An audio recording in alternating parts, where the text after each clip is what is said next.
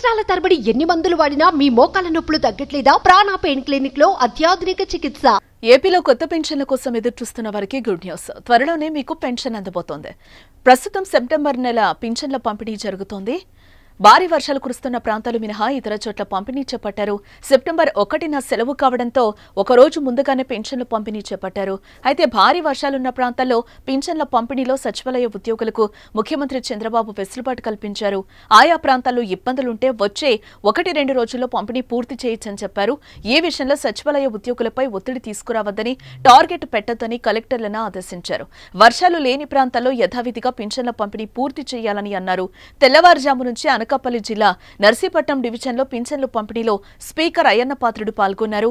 ఈ సందర్భంగా మాట్లాడిన ఆయన కీలక వ్యాఖ్యలు చేశారు.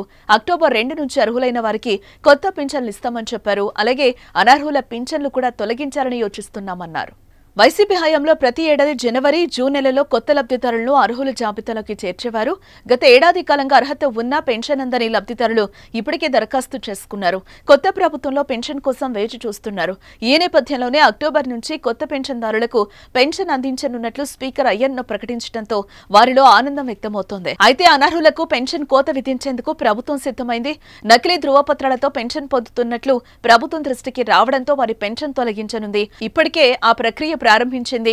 ఇటువంటి వారికి ప్రభుత్వం తాజాగా నోటీసులు జారీ చేస్తోంది. వచ్చే నెల నుంచి సెప్టెంబర్ ఎండింగ్ నుంచి కూడా కొత్త వాళ్ళు కొంతమంది ఉండిపోయారు. ఇంకా అర్హులు వాళ్ళకి కూడా ఇవ్వాలని చెప్పి, అలాగే అర్హత లేని వాళ్ళని కూడా తొలగించాలని చెప్పి కూడా నిర్ణయం తీసుకున్నాం. అది న్యాయం. అంటే అది కూడా చేస్తున్నాం. రెండోది ఏంటంటే అర్హులు ఉన్న వాళ్ళకి కూడా అక్టోబర్ 2వ తారీఖు రేపు గాంధీ జయంతి వస్తుంది కాబట్టి గాంధీ జయంతి నుంచి మళ్ళీ కొత్త వాళ్ళకి కూడా మరి పెన్షన్లు ఇవ్వాలని చెప్పి కూడా నిర్ణయం తీసుకోవడం జరిగింది.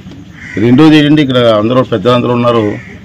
రేపు 2వ తారీఖున, ఈ నెల 2వ తారీఖునే పవన్ కళ్యాణ్ గారు పుట్టినరోజు. ఆ సందర్భంగా ఒక నిర్ణయం తీసుకోవడం జరిగింది. ఏంటంటే మంచి కార్యక్రమం.